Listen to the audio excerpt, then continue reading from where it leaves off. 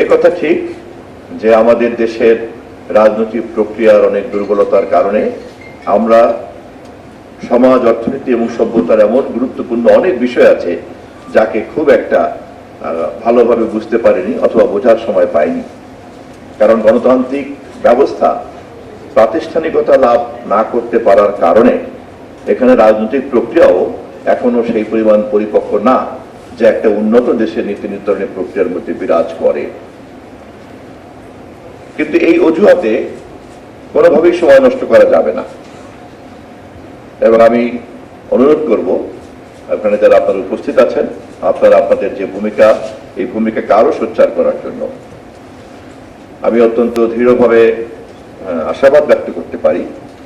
আমাদের সরকার, জনাব তারেক রহমানের সরকার, আমরা ক্ষমতায় আসার আগেই সমাজ, রাজনীতি, রাষ্ট্র এবং এর কাঠামোর মধ্যে অনেক সমস্যাকে আমরা চিহ্নিত করেছি, যে সমস্যাগুলিকে প্রপারলি অ্যাড্রেস না করলে রাজনীতির রেটরিক জায়গাটি থেকে যাবে এবং সেই সমস্যাগুলি কতটা সমাধান করতে পারবো তা সময় নির্ধারণ করবে।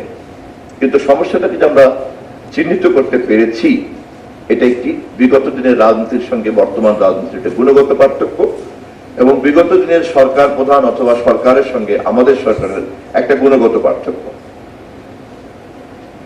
রাজনৈতিক সংকটটা কত গভীর ছিল তা প্রফেসর তাসনিম সিদ্দিকী তার বক্তব্যে বলেছেন একটা উদাহরণ দিয়ে, যে তারা যখন এই মাইগ্রেশন নিয়ে কাজ করতে গিয়েছিলেন তখন এতদিন যেখানে শুধুমাত্র এই আর্থসামাজিক কারণ অথবা পরিবেশগত কারণটাই ছিল, সেখানে একটা রাজনৈতিক সমস্যাও যে একটা বড় সমস্যা হিসাবে আবির্ভূত হয়েছে তাও কিন্তু আবিষ্কার হয়েছে, ডিসকভার হয়েছে, তাই তো?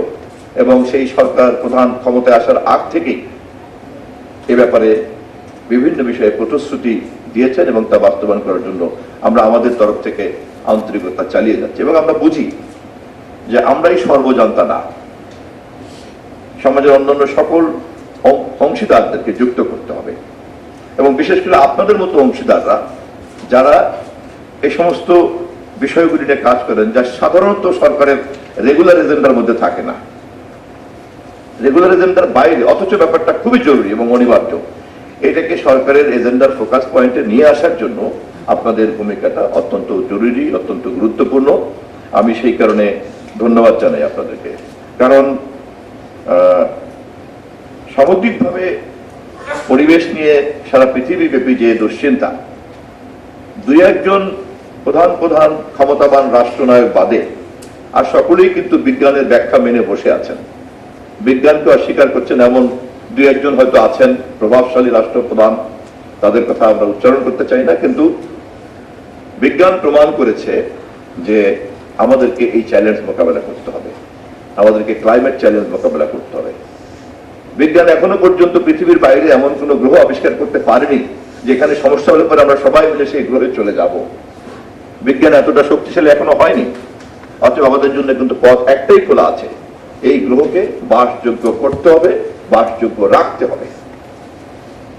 এবং এটা যদি অনিবার্য সত্য হয়ে থাকে তাহলে রামরু যে এজেন্ডাকে নিয়ে কাজ করছে সেই এজেন্ডা আপাত দৃষ্টিতে যতই লেস ব্রাইট মনে হোক না কেন, সেটা কিন্তু আসলে অনেক অনেক বেশি ইনএভিটেবল।